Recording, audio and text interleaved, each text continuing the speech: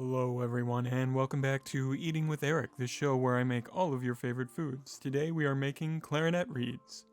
Clarinet reeds? Is that really it? It is?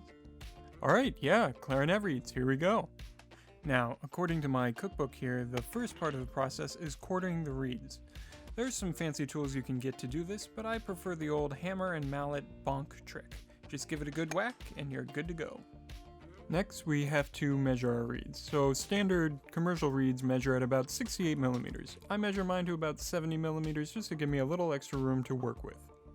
And now it's time to cut the reed down to size. And you know what we say in the reed making business? Measure once, cut twice. Because you gotta cut both sides of the reed. It's, okay, it's a bad joke, alright? I'm sorry. But you need to give me a break, okay? I'm trying my best here. Anyway, look at me saw. Doing pretty well.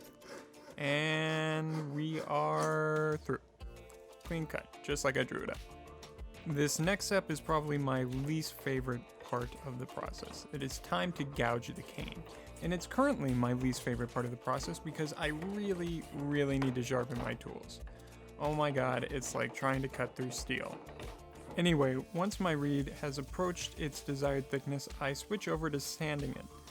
This allows me to make sure that the bottom of the reed is well and truly flat. I'm aiming for about a 3.2 millimeter thick reed, which is pretty common for thick blank reeds. Next, it's time to shape the reed. This is where you give the reed its overall taper, its shape. This is also one of my least favorite parts of the process because it's very easy to ruin a reed here, and you've already done so much work up to this point. I'm using a straight razor, mainly because they're easily replaceable and it's one less tool I have to keep sharp. Now really quick, we're going to do an initial what's called first cut on the top of the reed. This saves a little wear and tear on your profiling machine.